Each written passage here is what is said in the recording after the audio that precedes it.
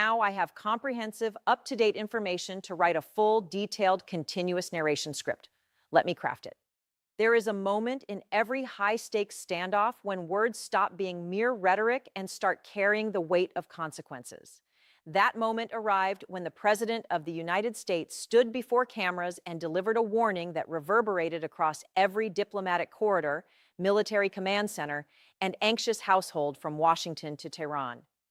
"We have to make a deal," Donald Trump said, his voice carrying that particular blend of warning and invitation that has defined his foreign policy approach for years. "Otherwise, it's going to be very traumatic, very traumatic. I don't want that to happen."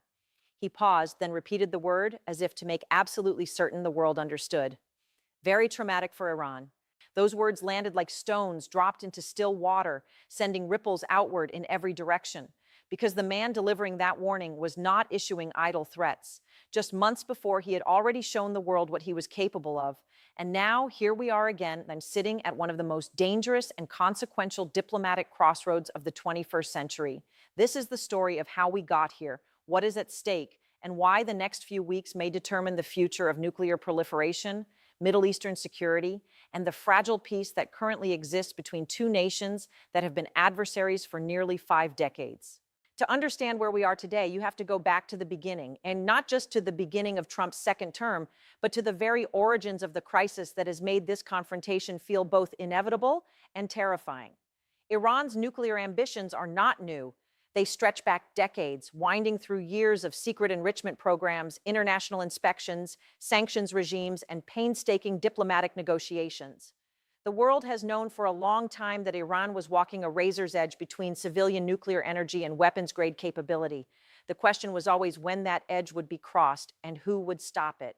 The first real attempt at a comprehensive solution came in 2015 when the Obama administration, working alongside Britain, France, Germany, Russia, and China, negotiated what became known as the Joint Comprehensive Plan of Action, the JCPOA. It was an ambitious, painstakingly crafted agreement. Iran agreed to dramatically reduce its stockpiles of enriched uranium, limit the number and capability of its centrifuges, submit to rigorous international inspections, and delay any potential pathway to a nuclear weapon by at least a decade. In exchange, crippling economic sanctions were lifted, and Iran was reconnected to the global financial system.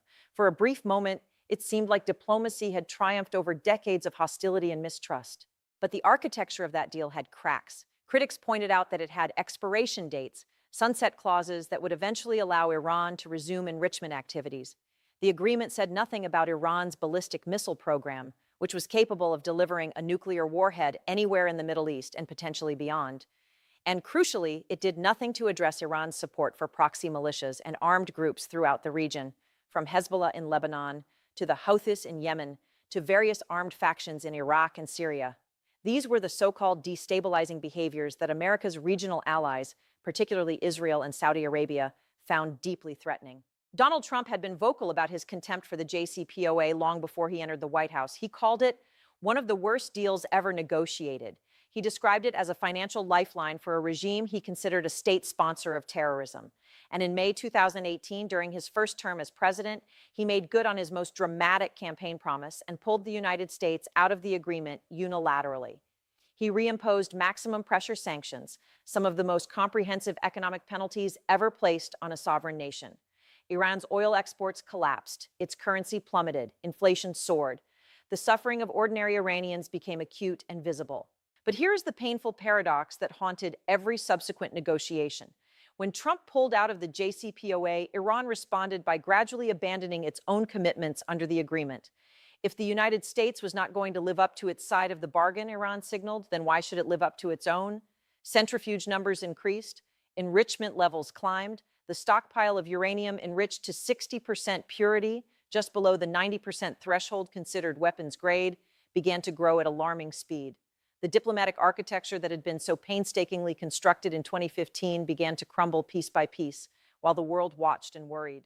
Biden tried to restore the deal. His administration spent years attempting to negotiate a return to the JCPOA framework, engaging in complex, exhausting indirect negotiations through European intermediaries. But those talks stumbled and stalled.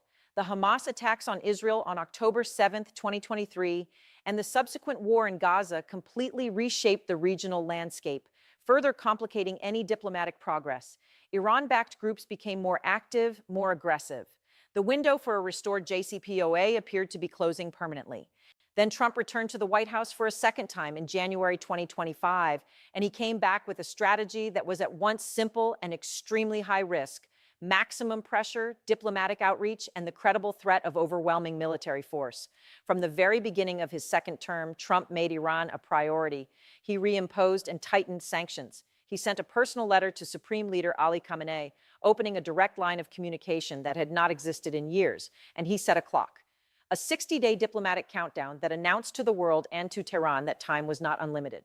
In April 2025, something remarkable happened.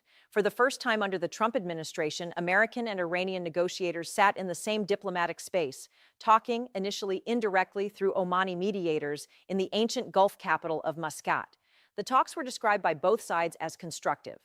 U.S. Special Envoy Steve Witkoff and Iranian Foreign Minister Abbas Araghchi met across multiple rounds, shuttling between Muscat and Rome, trying to find a framework that both governments could accept. There were signs of genuine movement. Iran floated the idea of building additional civilian nuclear reactors using American technology, a proposal that would have simultaneously satisfied its domestic constituents and potentially revived parts of America's own nuclear industry. The idea was creative, even bold, but the gaps were enormous. The American position, as articulated by Witkoff, demanded a complete halt to uranium enrichment, not a reduction, not a pause, but a full stop.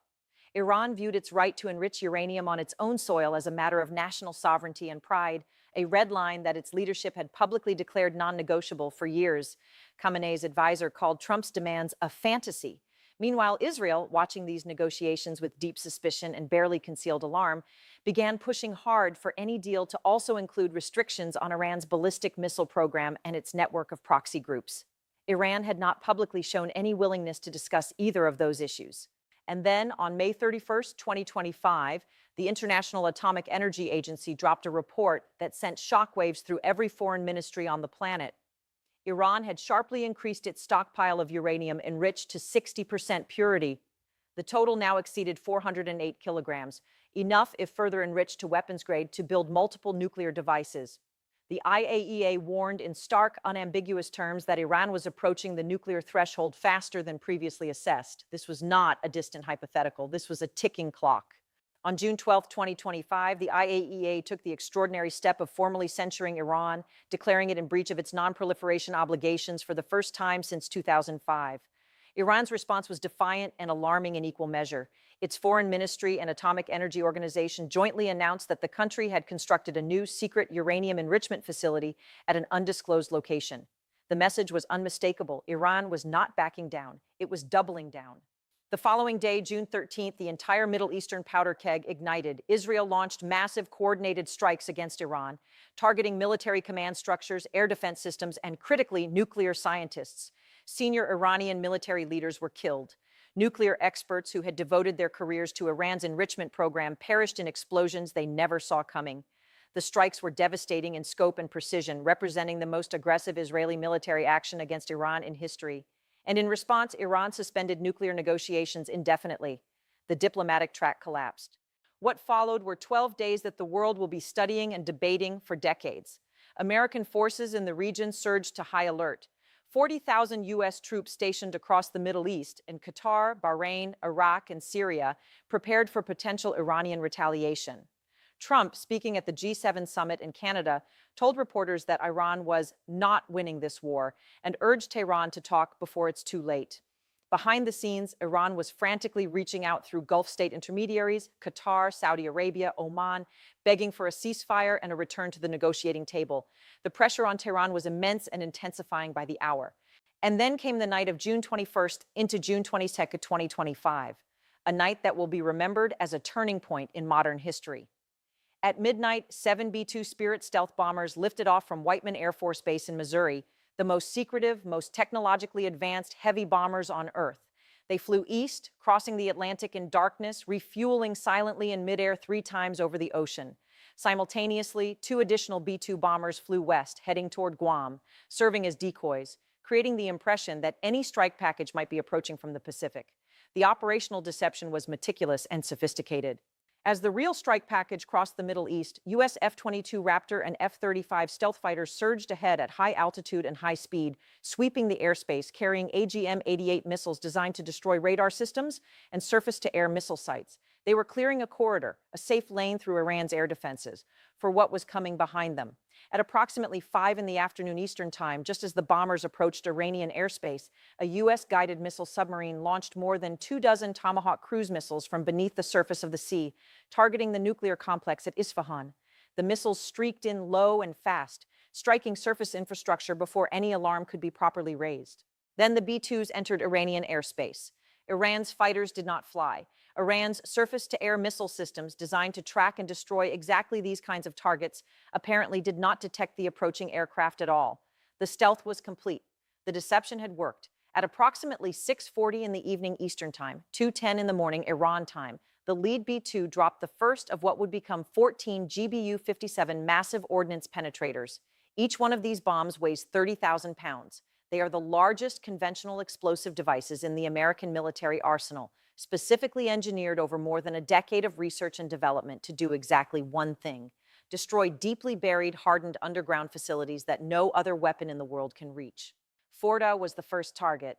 Built inside a mountain 30 kilometers north of the city of Qom, Fordow had long been considered the crown jewel of Iran's nuclear infrastructure, specifically because of its near impenetrable depth underground.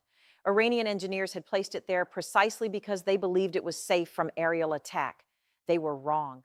The bunker busters tore through the mountain above and detonated deep inside the facility, collapsing tunnels and destroying centrifuge halls that had been spinning enriched uranium for years. Natanz followed, the sprawling enrichment complex that had been at the center of international inspections and covert sabotage campaigns for 2 decades. Then the Tomahawks finished their work at Isfahan. The entire kinetic portion of Operation Midnight Hammer lasted 25 minutes. General Dan Kane, chairman of the Joint Chiefs of Staff, called it the largest B-2 operational strike in United States history, describing the damage to all 3 sites as extremely severe. Defense Secretary Pete Hegseth called it an incredible and overwhelming success. Trump declared that Iran's key nuclear enrichment facilities had been completely and totally obliterated. Iran's Foreign Minister Abbas Araghchi acknowledged in rare, sobering terms that the nuclear sites had sustained severe damage. Iran did retaliate, but carefully. The following day, Iranian forces fired short and medium-range missiles at Al Udeid Air Base in Qatar, where thousands of American troops are stationed and where the regional headquarters of U.S. Central Command is housed. No American casualties were reported. Analysts noted that Iran appeared to have calibrated its response to demonstrate that it could and would hit back without pushing the confrontation toward full-scale war.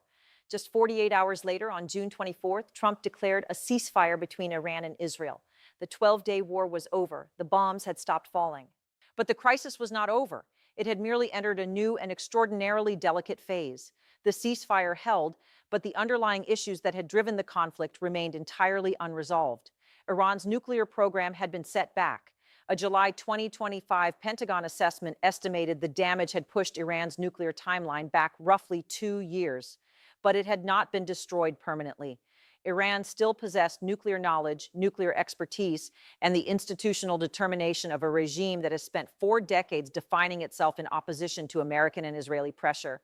The question now became, what comes next? In the weeks and months following Midnight Hammer, U.S. envoy Steve Witkoff announced that both direct and indirect channels of communication with Iran had reopened.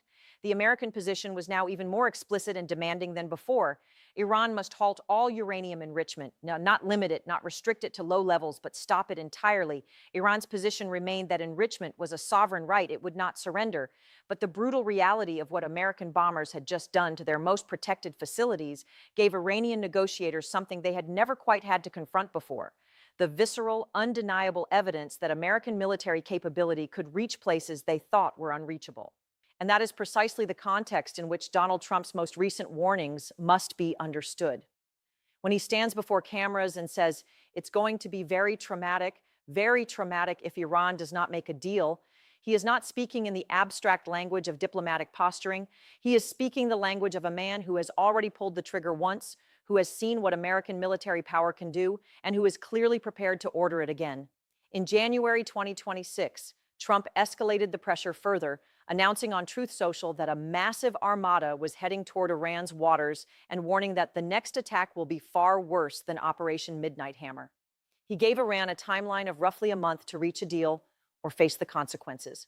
The second carrier strike group being placed on alert is not a symbolic gesture.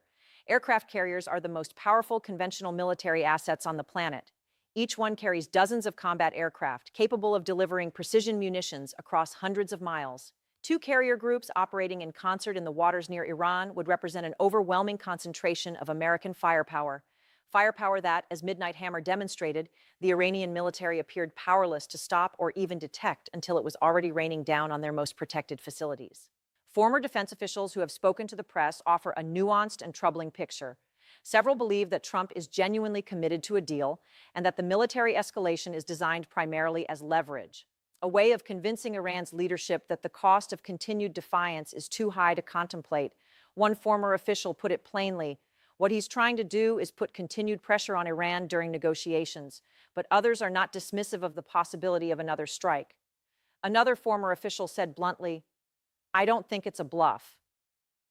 The consensus among those who know the administration's thinking seems to be that the military option remains very much alive, and that Trump is willing to use it if talks collapse again. From Tehran's side, the calculation is agonizing. Iran's supreme leader Ali Khamenei leads a regime that has built its entire identity and legitimacy around resistance to American and Israeli pressure. Accepting the kind of deal Trump is demanding, a complete cessation of uranium enrichment, potentially giving up any civilian nuclear capability, would represent a profound humiliation for a government that has sacrificed enormous economic well-being to pursue this program over decades. And yet the alternative is staring them in the face. Fordow is largely destroyed. Natanz is severely damaged. Isfahan has sustained significant harm. The infrastructure that took years and tens of billions of dollars to construct lies in various states of rubble. Iran's economy was already under severe strain before the strikes. The combination of decades of sanctions, the economic mismanagement associated with a theocratic command economy, the costs of supporting proxy groups across the region, and the devastation of the Israel conflict has left ordinary Iranians in a deeply difficult situation. Protests have erupted across the country, not for the first time, but with a particular intensity that speaks to a population that is exhausted and angry. The crackdown by Iranian security services has been brutal. Mass arrests, threatened executions, the full machinery of authoritarian suppression deployed against people who simply want to live in dignity and prosperity. Trump, watching these protests, issued his own extraordinary warning to the Iranian government. If it violently kills protesters, he will take military action. It was a remarkable statement, blending the nuclear standoff with an implicit threat to act as a defender of the Iranian people against their own government, a framing that clearly resonated with the demonstrators in the streets, but sits awkwardly alongside the fact that American sanctions have been one of the primary drivers of the economic misery those same protesters are suffering from. Israel's role in all of this is critical and cannot be understated. Israel's current government under Benjamin Netanyahu has pushed hard for the United States to take an aggressive stance. Israeli officials have privately and sometimes publicly expressed concern that even a limited American deal with Iran could give Tehran enough breathing room to reconstruct its nuclear capabilities. Ilan Berman of the American Foreign Policy Council captured Israel's anxiety with particular clarity, noting that what Israeli leaders are really looking for is reassurance. Reassurance that if they judge Iran's nuclear or ballistic missile threat to be unacceptably dangerous, they retain what he called a green light to deal with it themselves. The Israelis have not forgotten that they lack the 30,000-pound bunker-busting bombs needed to penetrate Fordow. But they also know that the political and military landscape of the region is shifting rapidly, and they are determined not to find themselves on the wrong side of history if Iran manages to rebuild and eventually acquire a nuclear weapon. The international community has watched all of this with a mixture of alarm and resignation. The United Nations Secretary General Antonio Guterres called for diplomacy to prevail. European leaders urged restraint. China and Russia condemned the American strikes. Arab Gulf states, Saudi Arabia, Qatar, the UAE, expressed deep concern about escalation while simultaneously serving as crucial back-channel intermediaries, carrying messages between Washington and Tehran that neither side was yet prepared to deliver directly. The Gulf states have their own complex calculus. A nuclear-armed Iran is their nightmare scenario. But a region permanently at war with supply lines disrupted and oil facilities potentially at risk is also deeply damaging to their interests. The latest round of talks is reportedly being organized for Geneva, the storied Swiss city that has hosted so many of history's most consequential diplomatic encounters. Trump said on February 17, 2026, that he would be indirectly involved in those talks, describing them as very important. He repeated his assessment that Iran has proven to be a bad negotiator. Not a tough negotiator, but a bad one, because a deal was available before Operation Midnight Hammer, and now Iran is negotiating from a position of dramatically reduced nuclear capability. I hope they are going to be more reasonable, the president said in that tone of weary impatience that has become his signature when discussing this particular crisis. Iran's foreign minister, for his part, insists that his country's position is clear. Negotiations cannot take place under threats. Any deal must respect Iranian sovereignty. And yet, and this is the crucial point, Iran's representative has not walked away from the table entirely. There are back channels active. There are conversations happening. Iran is talking to Oman, to Qatar, to Turkey. The signals are mixed and often contradictory, as they always are in high-stakes diplomatic negotiations, but the conversations have not entirely stopped. That matters enormously. What would a successful deal actually look like? This is perhaps the most important question, and the one that has the fewest clear answers. The American position demands complete cessation of uranium enrichment, zero enrichment on Iranian soil. Iran has long insisted on its right to enrich uranium for civilian purposes, a right that many international lawyers agree is permitted under the Nuclear Non-Proliferation Treaty, as long as it remains genuinely civilian in nature. One possible framework that has been discussed would allow Iran to enrich uranium to low levels, 3.67%, the level appropriate for civilian nuclear reactors, under strict IAEA monitoring, while any higher level enrichment is banned completely. Another proposal involves an international consortium managing Iran's fuel supply, essentially meaning that enriched uranium for Iranian reactors would be produced outside the country and delivered, removing any domestic enrichment capability entirely. Iran has also floated at various moments the idea of a temporary suspension of enrichment, somewhere between 1 and 3 years, during which a comprehensive deal could be negotiated. The ballistic missile question and the proxy question remain even harder. These are issues where Iranian domestic politics make any concession extraordinarily difficult. The missile program is presented to the Iranian public as the backbone of the country's deterrent capability, the weapon that keeps adversaries from simply overwhelming it militarily. And the network of allied groups across the region, Hezbollah, the Houthis, Iraqi militias, is presented as a strategic depth, a way of projecting influence and deterring enemies without fighting on Iranian soil. Asking Iran to surrender both of these in addition to its nuclear program is asking it to fundamentally alter its entire security posture in a way that its current leadership has made very clear it is unwilling to do. And yet the arithmetic of the situation may be forcing Iran towards some form of compromise. Its nuclear facilities are severely damaged.